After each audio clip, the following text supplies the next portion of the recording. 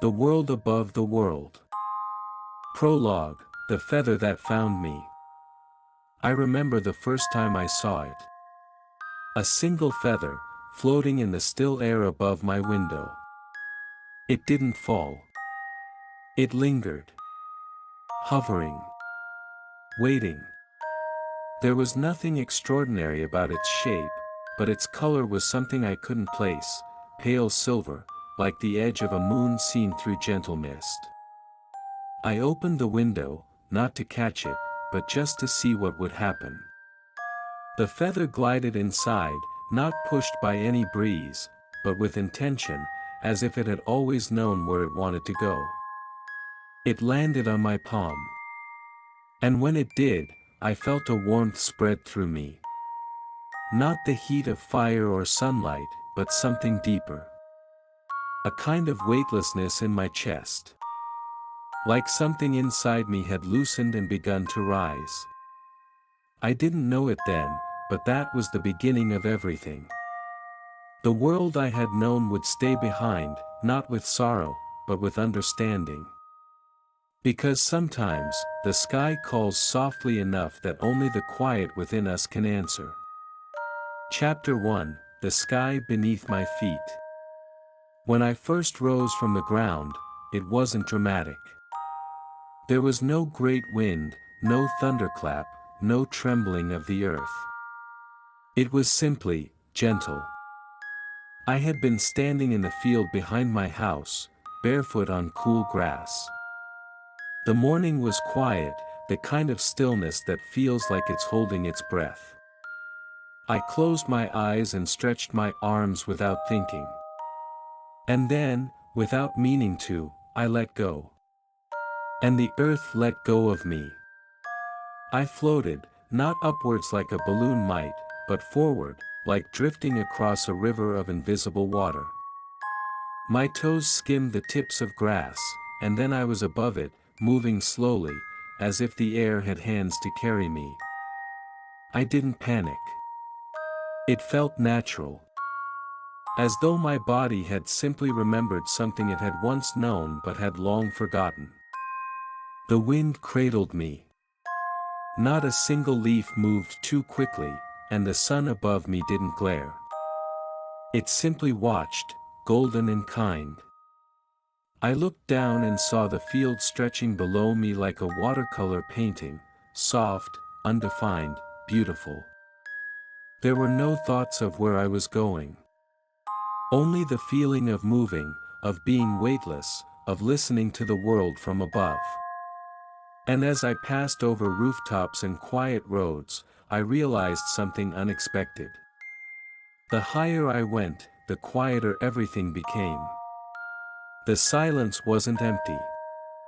It was full. Full of things I had never noticed before, the hush of tree branches shifting slightly, the distant pulse of ocean tides I couldn't see, the low hum of the sky itself. I drifted for hours. Or perhaps it was minutes. Time here, above the world, seemed to forget how to count. Birds passed me occasionally, never startled. They glanced, nodded mid-air, and continued on their way. We shared the sky like old friends, wordlessly. At one point, I hovered above a lake that mirrored the sky so perfectly, it felt like I was floating between two heavens. I paused, letting myself hang in that moment. My arms outstretched, the world reflecting itself above and below me. I could have stayed there forever. But something stirred inside me, not urgency, not direction, but wonder. The kind that draws you forward without a reason. So I followed the pull. Clouds welcomed me, not cold or wet, but soft like cotton warmed by memory. I passed through them slowly, and with each one, my thoughts grew lighter. Worries that had once clung to me like morning dew now floated away, dissolving into the sky. I flew over forests that looked like moss-covered islands, over rivers that twisted like strands of silver thread. I dipped low, letting my fingers trail the tops of trees, brushing over birdsong and sunlight. There were no crowds, no cities, no noise. Just space. Vast, generous space that invited me to exist, just as I was. I began to hum. Not a song I knew. Just a sound. A vibration that matched the rhythm of my drifting. And the air answered, quietly echoing me, as if the sky, too, liked to hum. Eventually, the sun began its slow descent. The light grew warmer, and shadows stretched gently over the land. I found a cloud shaped like a shallow bowl and nestled into it. It held me. From there, I watched the world soften beneath twilight. Colors melted, lavender into gold, gold into blue, blue into the hush of near night. I wasn't cold. The sky wrapped itself around me like a shawl woven from the day itself. As I lay there, floating above a world that asked nothing of me, I thought of nothing. I simply breathed. And somewhere between one breath and the next, the stars appeared. Not suddenly, but patiently. One by one, like shy fireflies testing the evening air. I watched them. I didn't count them. There was no need. I stayed like that for a long time. Drifting. Watching. Listening. And then I closed my eyes, not to block anything out, but to see more clearly. Because in that moment, everything I needed to see was already inside me. Chapter 2, The Sky Library. I don't remember falling asleep. Perhaps I didn't. Perhaps the sky simply decided to carry me from one dream to the next. When I opened my eyes, I was still floating.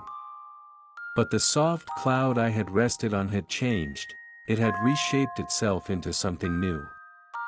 Columns rose from it, made of mist and marble. Arches shimmered in midair, held up by nothing but calm intention. And shelves, shelves upon shelves, spiraled into the sky, filled with books that didn't quite have edges, glowing gently in colors I didn't have names for. I had found the sky library. There were no doors. Only openness. And silence so warm it hummed. Each book hovered slightly above its shelf, pages fluttering like wings. As I drifted closer, one of them floated toward me, as if it had been waiting. It opened itself. Inside, there were no words. Only images that moved, not like a film, but like memory. I saw a child running through rain with bare feet, laughing. I saw a field of tall grasses that bowed without wind. I saw a hand releasing a paper lantern into the night sky. These weren't stories someone had written. They were feelings someone had stored. I floated from shelf to shelf, touching only what reached out to me. Every book offered a different kind of quiet. Some were filled with echoes, gentle voices retelling old dreams. Others played soft music that curled around my ears like fog. A few smelled of distant rain, or of old trees, or the skin of someone you loved long ago. There were no librarians here. No checkout desks. Only the sky itself, holding memory with the gentlest kind of care. Eventually, I found a corner. Not a corner in the traditional sense. There were no real walls, but a nook of sorts, formed by two curved shelves and a little hovering table. A cushion of cloud waited for me, shaped perfectly for sitting. I settled there, letting my feet dangle in the air. A book floated to the table. I didn't reach for it. It simply opened and hovered at a readable height. This one was different. It had words, not printed, but written in soft golden ink that reshaped itself as I watched. This is where you remember what never was and forget what always will be. The sentence faded. Another appeared. No one owns the sky. But some are invited to carry it. I smiled. Or perhaps I just sighed in a way that felt like smiling. Time didn't pass here the way it used to. The light stayed soft, like early morning forever extending itself. Occasionally, a breeze would stir the pages of nearby books, whispering their contents to one another. I wandered again. Past sections filled with maps that changed while you looked at them. Past scrolls that played melodies when unrolled. I found a shelf labeled, "For Those Who Ask Nicely," and another called, "The Forgotten Names of Stars."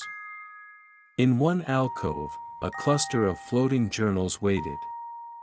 Each had a different handwriting. One, when opened, told the story of a bird that had taught the wind how to sing. Another contained letters addressed to someone named You, signed only with a drawing of a moon. I wrote nothing. But I knew, if I wished, I could. There was an entire section titled, "Books Not Yet Written." Every spine was blank. But if you opened one, it would slowly begin to write itself with your thoughts. I tried it, just once, and it gently began describing the exact moment I had found the feather that first brought me here. So I closed it. I didn't need to reread that moment. It was already part of me. Eventually, I drifted back to the cushion. I let myself rest there, surrounded by unread stories, unsung poems, and unspoken memories. It didn't matter if I explored them all. Just knowing they were there was enough. The ceiling of the library, if it could be called that, opened into a swirl of stars. No glass, no roof. Just open air and the vast velvet sky. A shooting star crossed overhead so slowly, I could have followed it with my fingertip. Then the pages of my earlier book stirred again. One last line formed in its gold ink. The sky is a place where thoughts take their time.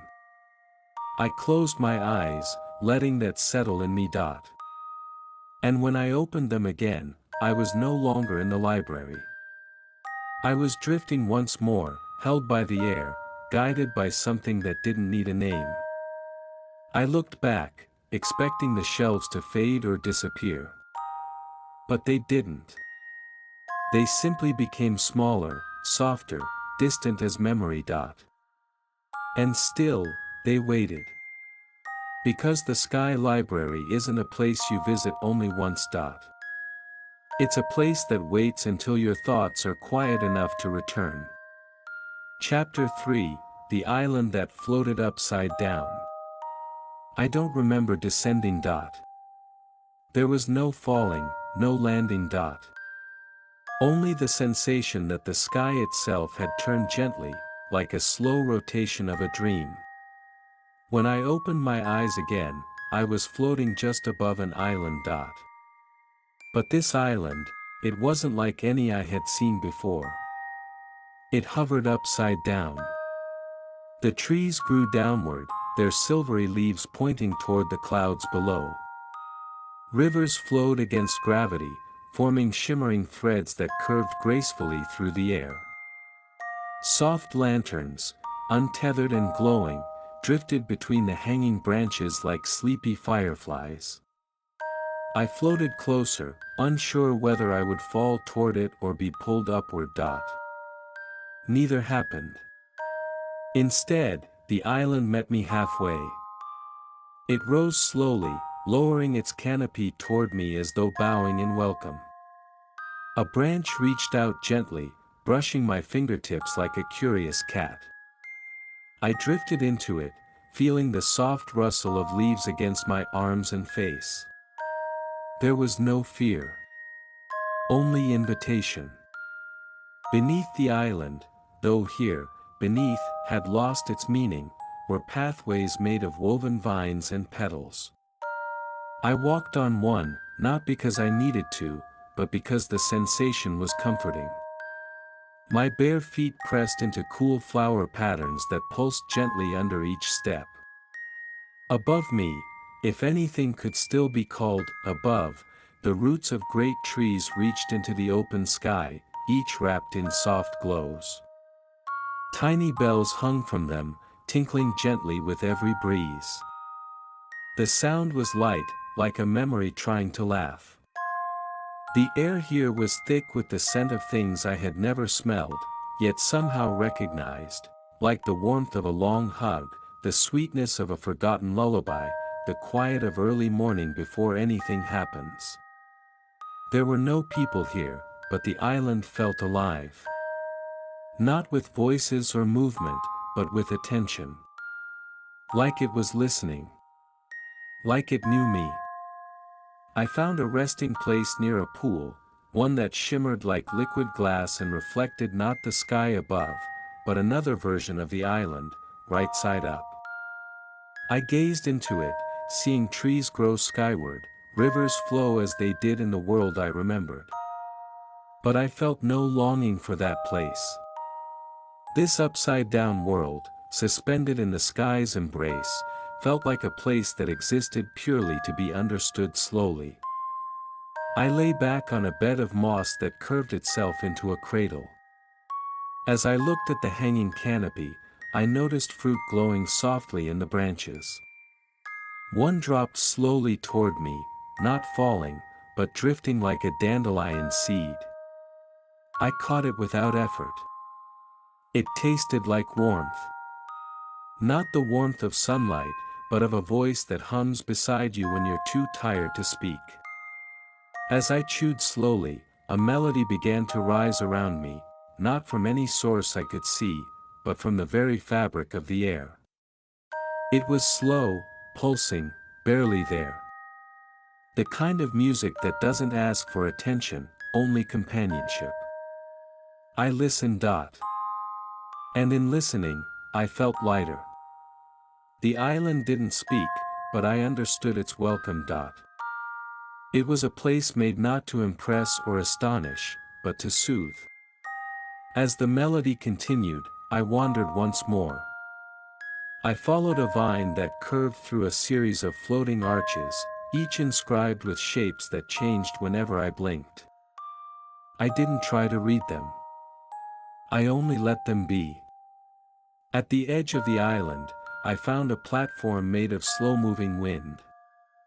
I stepped onto it, and it held me as if I were made of the same quiet air. From there, I watched the horizon, if such a thing could be called that here.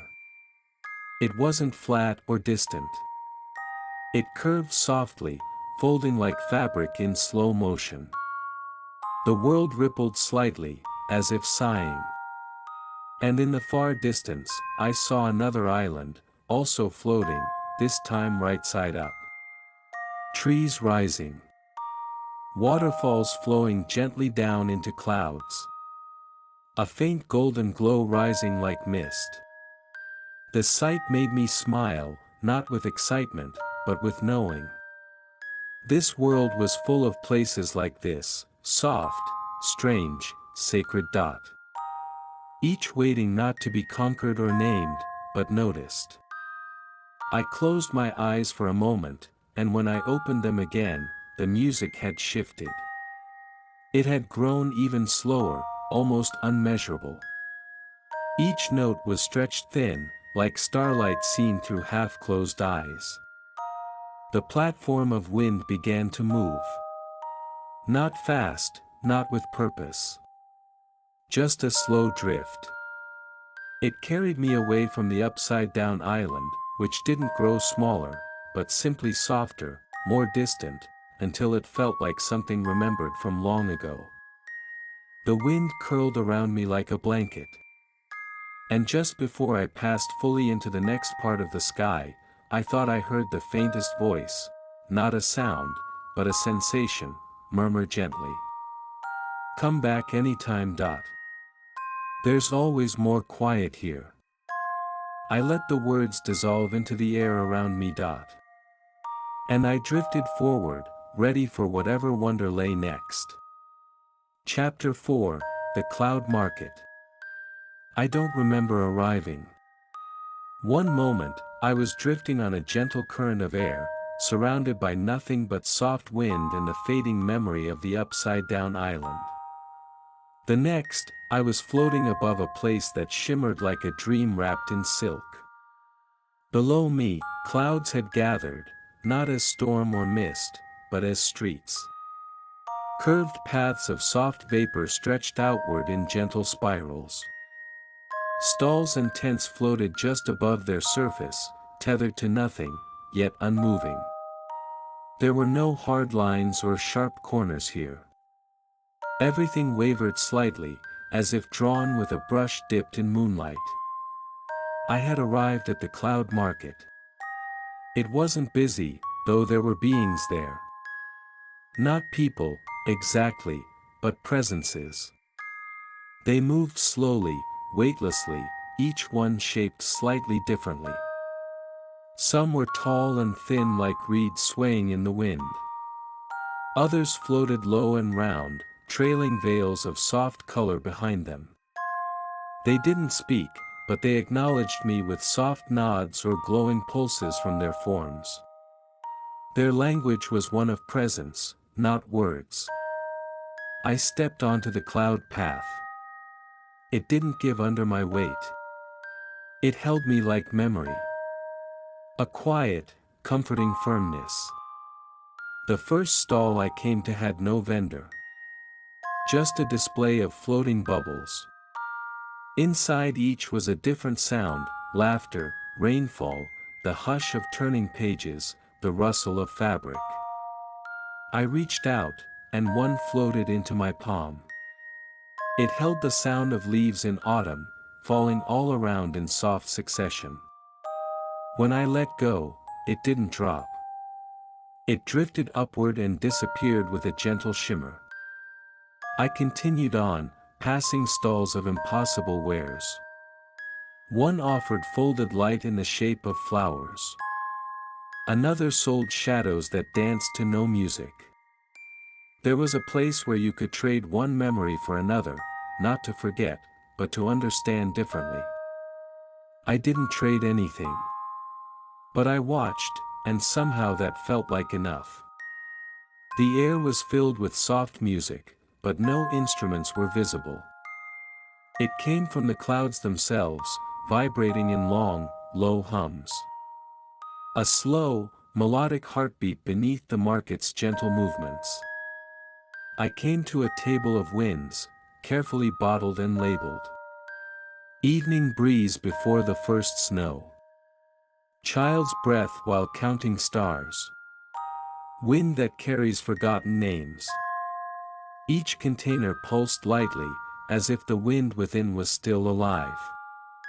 I placed my hand above one, and a tiny thread of air reached up, curling around my wrist, cooling my skin with kindness.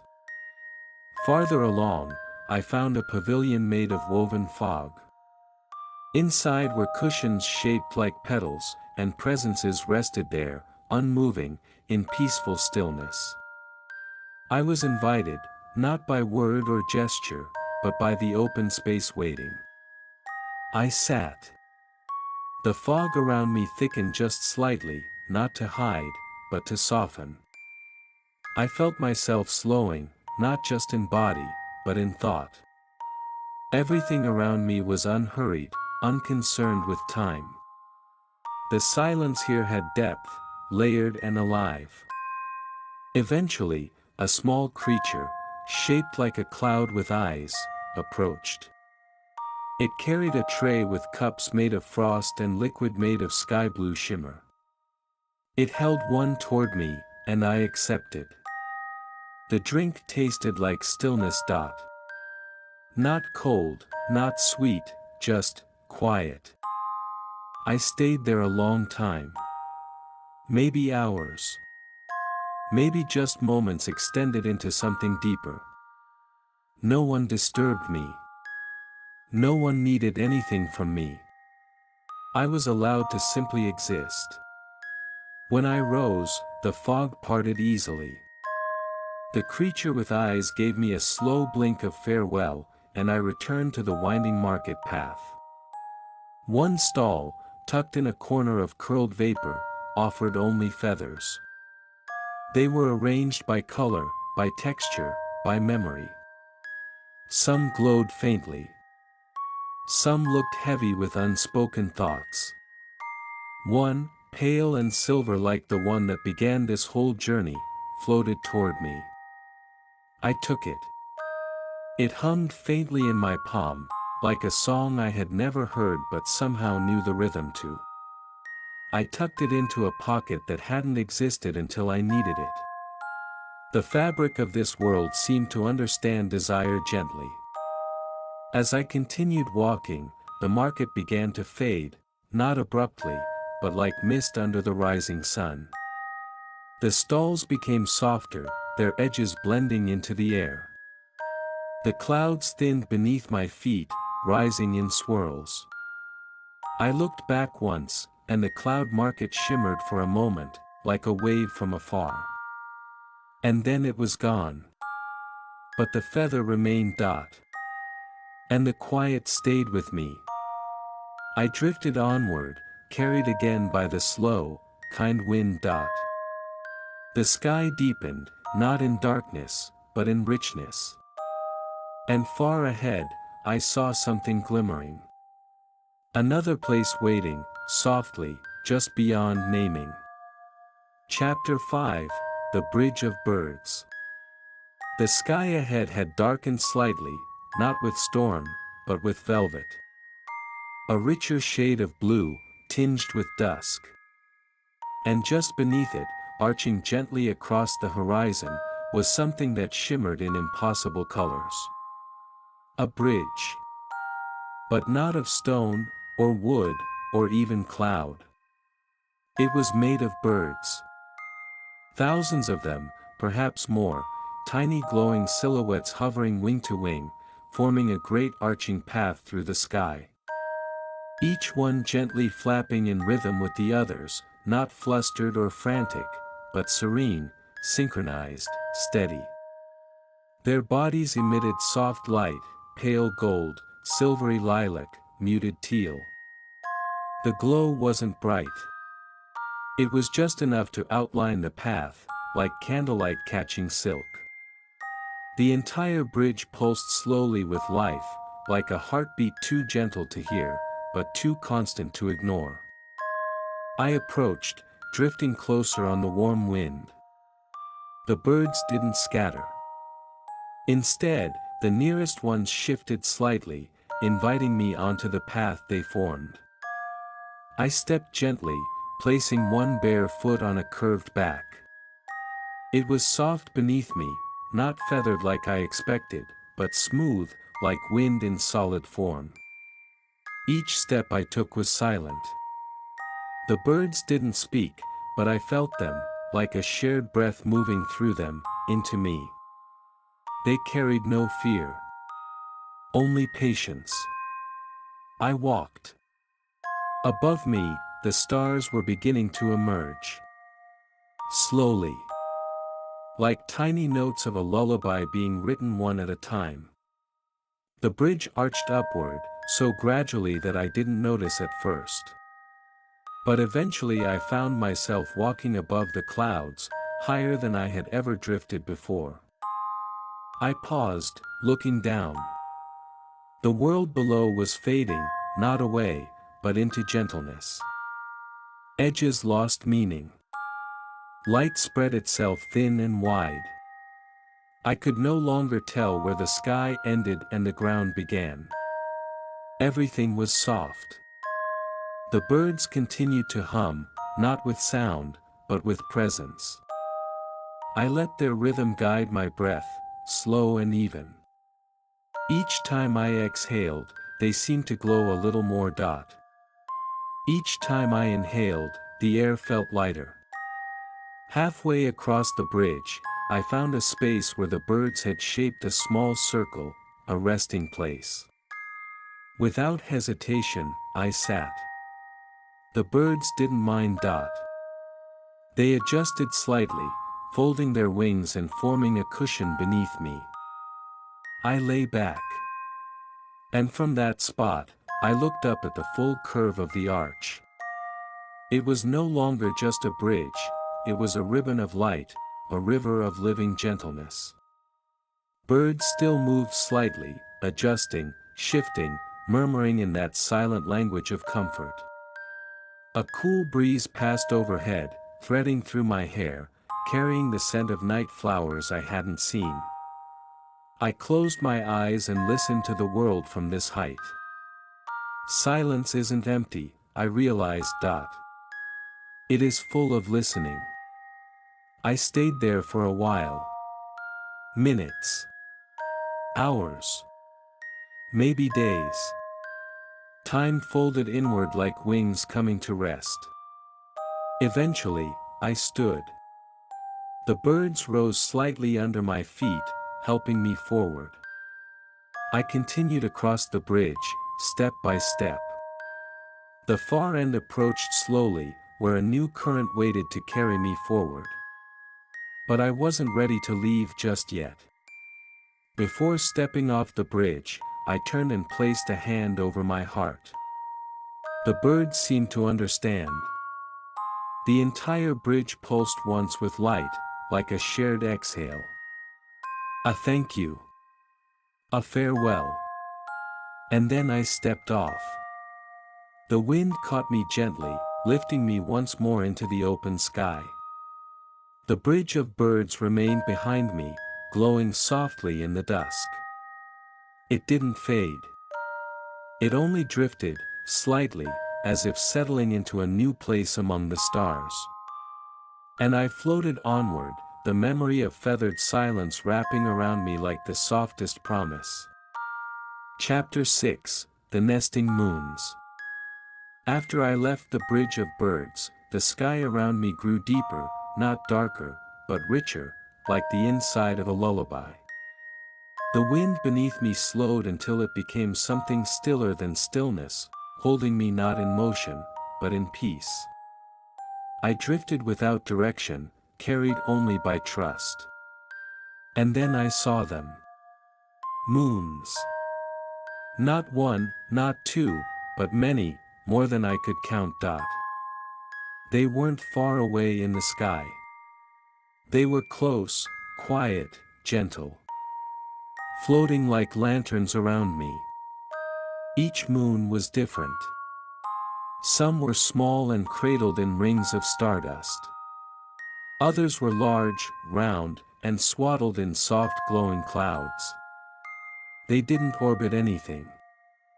They simply drifted, like eggs in a nest of sky. I approached the nearest one. It pulsed faintly as I neared, like a living creature breathing in slow rhythm.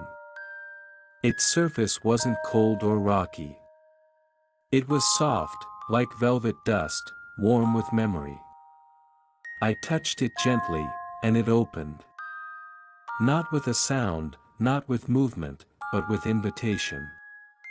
Inside, it was not a cavern. Not hollow. It was a space. A perfect, round room, lit by dim, silver light. The walls curved like a whisper around me. The air was scented with something like distant lavender and time itself. In the center was a bed, not made of fabric, but of moonlight. A nest. Not one to sleep in. One to rest in. I curled into it. I didn't mean to stay. I only meant to visit. But once I lay down, the moon held me gently, like cupped hands. I stared upward, where the curved opening above showed the slow drifting of other moons in the sky.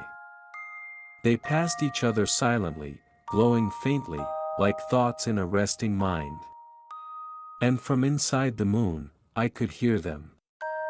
Not voices. Not music, but murmurings. Tiny dreams passed from moon to moon, carried like notes on invisible threads. Each one humming softly. Not asking to be heard, only to be allowed to exist. I stayed for a long while, my breath matching the rhythm of the moon's pulse. I felt not alone, but not accompanied either. It was a different kind of presence, one where I didn't need to be seen to feel known. Eventually, I stood and floated to the moon's edge. The opening awaited, still gentle, still calm. I stepped out. Outside, the moons had rearranged themselves. They now formed a spiral path across the sky, each one glowing a different shade: cream, pearl, rose, mist.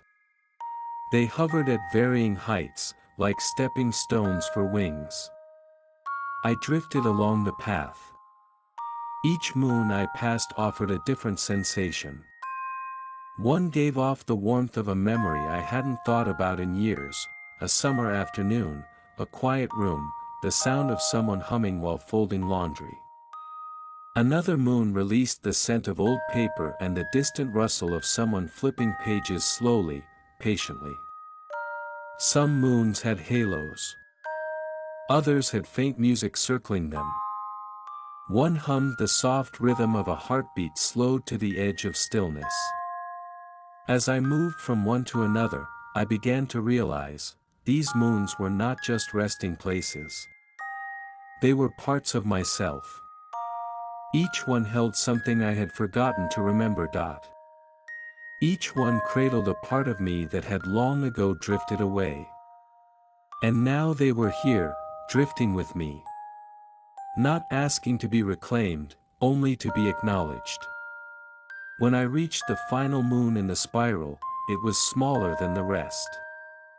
Barely a wisp in the air. Just a faint glow.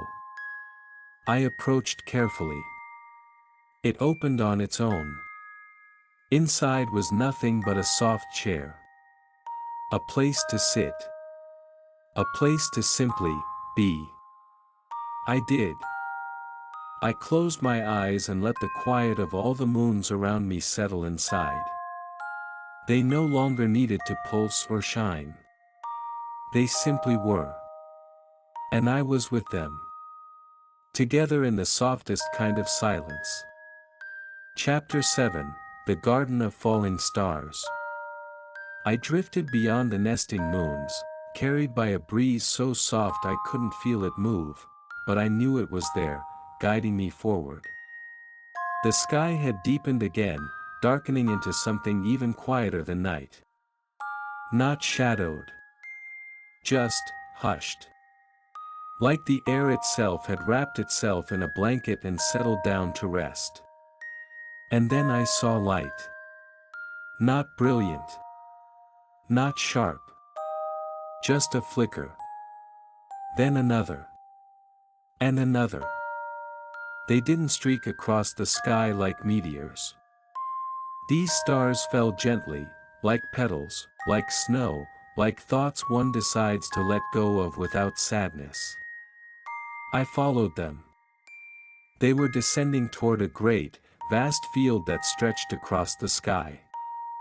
Not a planet. Not a meadow. But a space between spaces, where gravity seemed to sigh and time bowed its head. The Garden of Falling Stars. There was no gate. No boundary. I simply drifted into it. The ground beneath me was soft and luminous, like moss made of starlight. Each step I took released a faint glow, footprints fading slowly behind me like ripples in still water. The falling stars didn't crash. They settled. They floated down like fireflies that had forgotten their wings, gently coming to rest on tall, silver grasses that swayed without wind. I wandered. The stars were all around me, glowing faintly, some pulsing with memory, others flickering like candle flames nearly ready to go out. I knelt beside one, curious. It was small. No larger than my palm. Warm. I picked it up. It didn't speak, but it showed me something, an image, a feeling. A child's laugh echoed in a hallway. The smell of cinnamon. A cat blinking slowly in sunlight. The kind of memories that aren't stories, but textures. I held it a moment longer. Then I let it go. It rose gently from my hands and drifted back into the sky, as if to say, "Thank you for remembering." I continued walking through the garden. There were no paths, but somehow, every direction felt like the right one. Occasionally, I came to a tree. Tall, silver-limbed, its leaves like woven light. Some trees hummed softly, others sang in tones too low to hear with ears, but easily felt in the chest. At one tree, I found a bench, not made of wood or stone, but of cool sky glass that bent ever so slightly under my weight, adjusting to the shape of my rest. I sat. And above me, the stars continued to fall. Some streaked down slowly, others spiraled like ribbons. Each one was different. Each one a story being released, gently, into the quiet. I closed my eyes and listened. Not to words. To the space between them. There is a sound that comes when everything is allowed to just be. I sat with that sound for a long time. Eventually, I stood and walked again. I found a pool, a mirror of still sky water that reflected the falling stars not as they were, but as they had been. Each ripple showed a memory from somewhere else. A couple dancing without music. A person sitting by a window, watching rain. One ripple showed me, curled into the moon's nest, eyes closed, smiling faintly. Another showed me stepping onto the bird bridge. Another, simply floating, arms wide, trusting the sky. I watched. And then, quietly, I walked away. Not to avoid. Just to continue. The farther I went, the slower the stars fell. They no longer flickered. They glowed with a steady patience, like dreams that had settled and no longer needed to shine brightly. They simply existed. At the very heart of the garden, I found a clearing. Here, the stars did not fall. They rose. Tiny lights drifting slowly upward, like sighs returning to the sky. I lay down on the soft moss and watched them. Upward. Always upward. And as I watched, I felt something inside me rise too, not away from me, but into a wider stillness. The stars didn't ask anything of me. They only offered. Their light, their stories, their letting go. I stayed until even the rising stars became faint. And when I finally sat up, I realized. The garden hadn't changed. I had. And so I stood. And walked onward. Carried by quiet. Guided by grace. Chapter 8, The Air That Remembered. After leaving the garden of falling stars, I drifted into a space where even the sky had grown still. The air here was different. It was thick with memory, but not in a heavy way. It was soft, like a curtain made of breath and echo. The kind of air that seemed to know your name without asking. I floated slowly, arms loose at my sides, allowing the wind to carry me without direction. There were no landmarks, no sound, no color, only variations of calm. It was as if I had entered a space between thoughts. A pause too full to be called empty. And in that quiet, I began to feel them. Not voices. Not images. But impressions. The air carried memory. Not mine alone. Everyone's. Every whisper ever spoken with gentleness. Every tear shed without pain. Every sigh of relief after a long wait. They were all here. I didn't know how I knew that.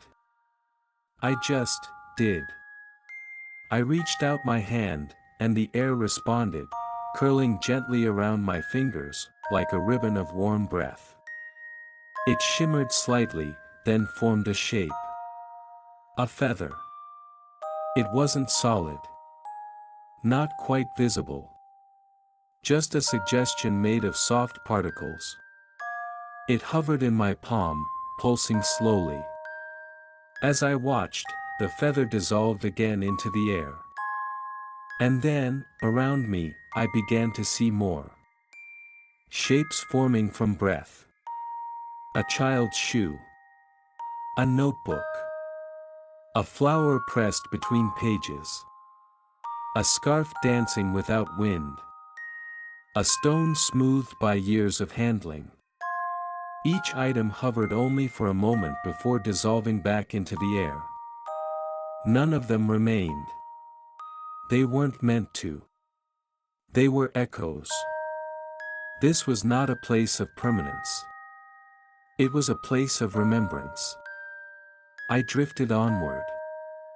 As I moved, the air thickened just slightly, like moving through memory itself.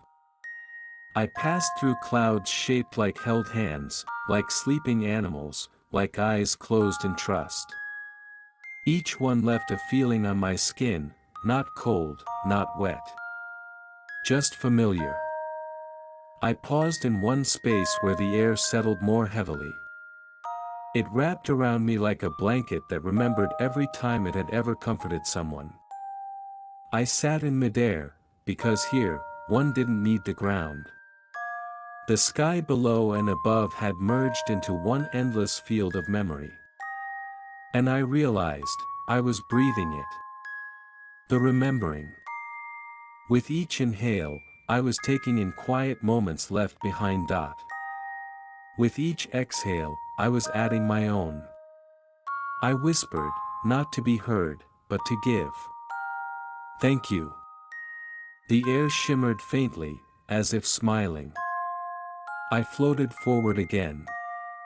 In the distance, or perhaps only in feeling, I sensed a structure. As I neared, it revealed itself slowly. A house made of air and time. Its walls shifted with every breath I took. Its windows looked inward, not out. I entered. Inside were rooms made of pause. Each held a single object suspended in stillness. A cup. A pen. A button. A pair of glasses. None of them remarkable, but each vibrating softly with meaning. They were not mine. And yet, I knew them. I had never seen them before, but I knew the hands that had once held them. The thoughts that had once touched them. The quiet intentions behind them. One room held a blanket folded on a chair. I walked toward it, and the air around it warmed. I sat beside it, not touching, just resting. For a long while, I didn't move. Eventually, I stood. And when I did, the house slowly faded behind me, becoming part of the air again. Not gone. Just dissolved into memory. I continued. At one point, I felt something brush my cheek. A breeze. Not random. Intentional. It carried a word, but not in sound. In sensation. Home. I didn't cry. But I felt the kind of stillness that tears often bring.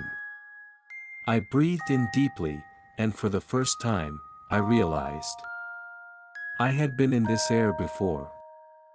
Not here. Not now.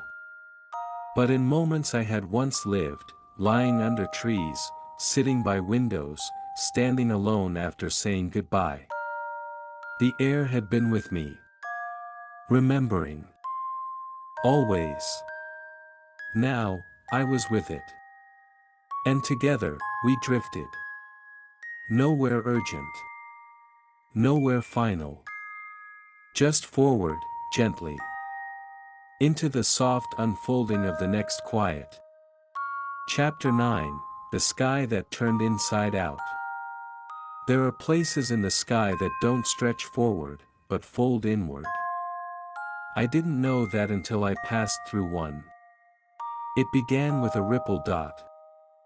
The air ahead shimmered, not like heat or water, but like silk pulled taut and slowly released.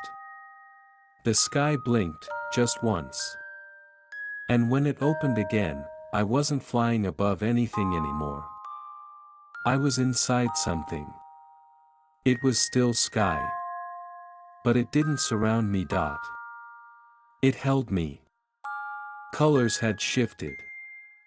No longer blue or gold, but a slow swirl of pearl, mauve, ash, and amber, tones not of sunrise or sunset, but of reflection.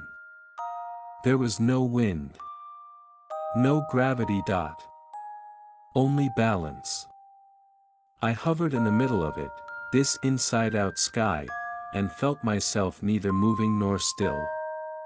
As if my body had ceased to need direction.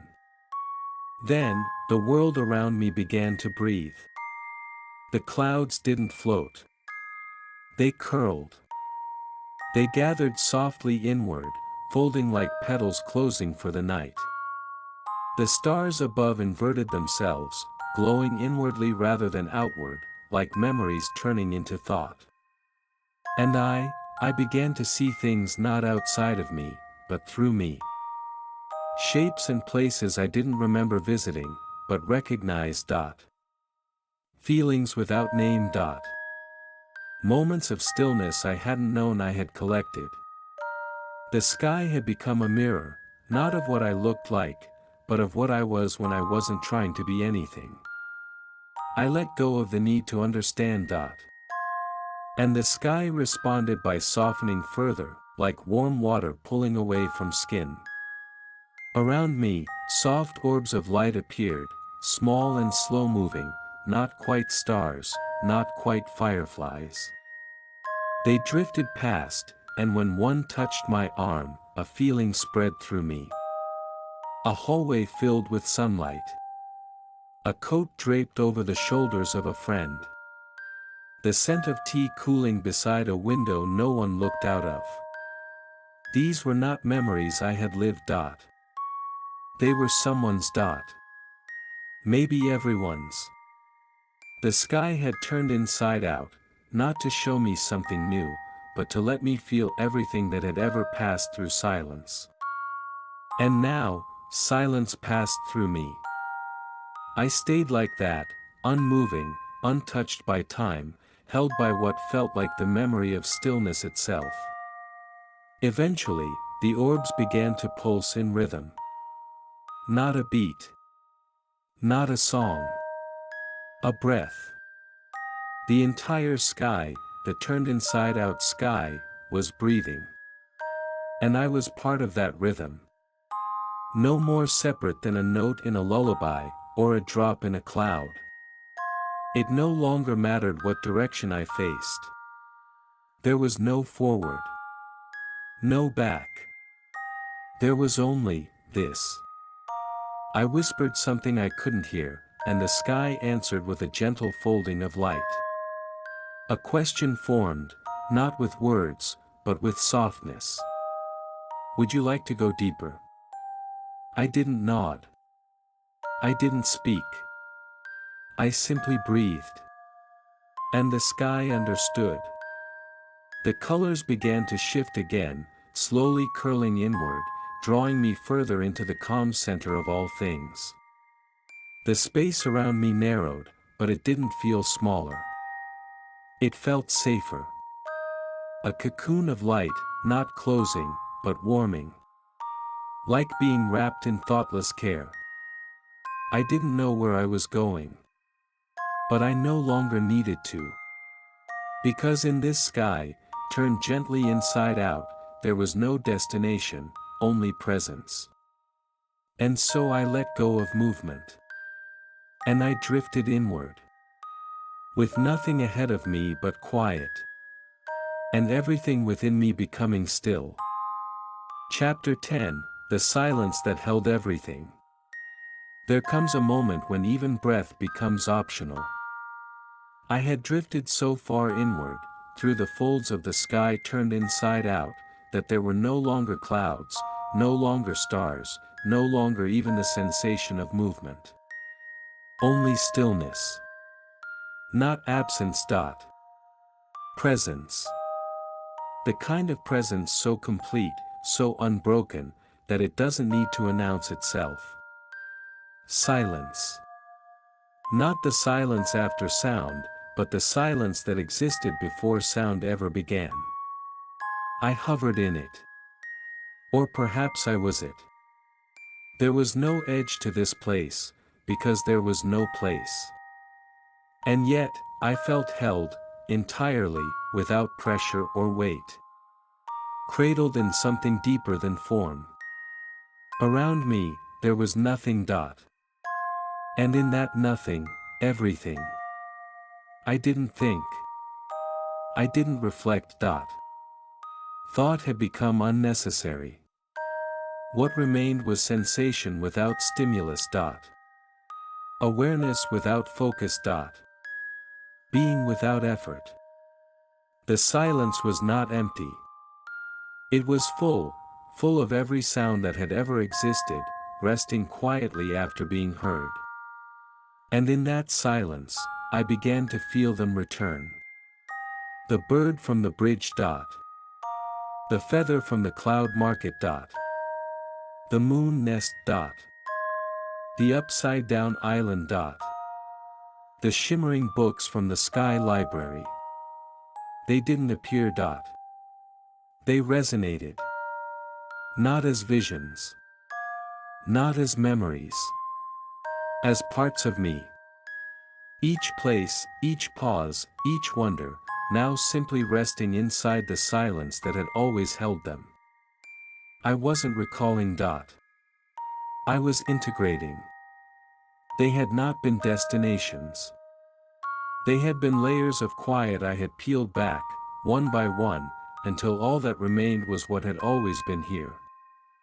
A soft hum began to emerge. Not music. Not sound. But a sensation. It vibrated not through the air, but through meaning.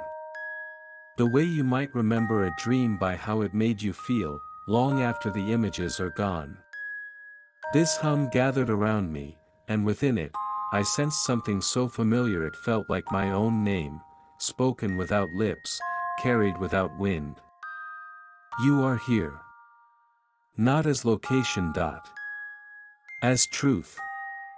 In this silence, I didn't need comfort.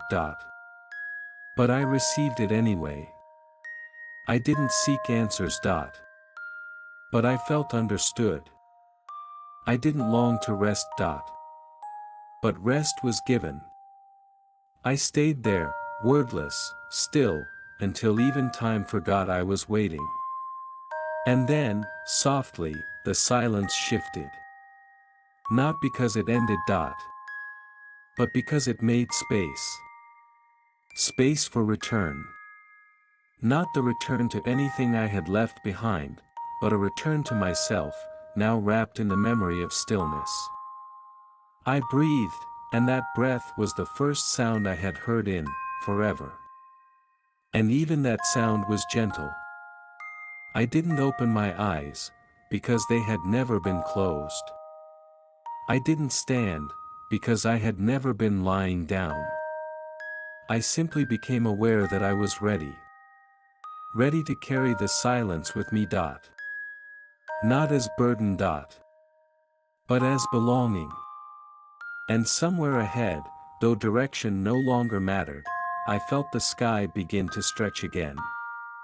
Not to leave this place, but to extend it outward. Because this silence wasn't confined to the sky. It was part of every cloud I'd drifted through. Every star I'd watched fall. Every breath I'd taken without noticing. And now, I would notice. Gently. Quietly. With reverence. Chapter 11, The Sky I Carried Home. I didn't return the way I came. There was no falling. No descent. No awakening. Just a soft widening of awareness. A breath that stretched. The sky around me began to reshape, not into the world I'd left, but into something quieter. Familiar, not because I had seen it before, but because I now recognized it. The wind was slower here. The light, softer. And inside me, there was more space. Not emptiness. Room. Room for everything I had touched. Everything that had touched me. The bridge of birds still pulsed somewhere inside my chest. The cloud market whispered gently at the edge of memory. The moons continued to nest, not in the sky, but in the hollow spaces of my breath. And the silence, the great, patient silence, was woven into the rhythm of my heart. I wasn't leaving the sky. I was bringing it with me. Each step forward was lighter, not because the path had changed, but because I had. There was no gate. No threshold. I simply arrived. And when I did, I understood, home was not a place. Home was every gentle thing I had carried. I stood in a field again. Not the same field as before. But one that smiled like it remembered me. Grass swayed in wind that now felt like an old friend. Clouds drifted overhead in shapes I no longer needed to interpret. A single bird passed above, just one, and for a moment, I thought it was part of the bridge. Maybe it was. I sat. Not because I was tired. But because stillness now felt like movement. I looked at my hands. They weren't different. And yet, they had held entire worlds. Held wind, feathers, books that sang, stars that rested. I placed them on the ground beside me, palms flat against the earth. And the earth sighed in response. Not loudly. Not in sound. Just in welcome. I closed my eyes. And saw everything again, not in pictures, but in feeling. The inside-out sky. The soft moss beneath falling stars. The scent of memory in the air that remembered. All of it. Still here. Still with me. And I realized. I was no longer seeking peace. I had become it. The wind circled once around me, like an embrace. I lay back, arms open to the sky that now lived inside me. And for a long, quiet while, I simply existed. Not above the world. Not within it. But beside it. As part of something vast and kind. And as the light shifted above me, growing warmer, growing still, I felt no need to move. Because I had carried the sky home. And the sky had carried me.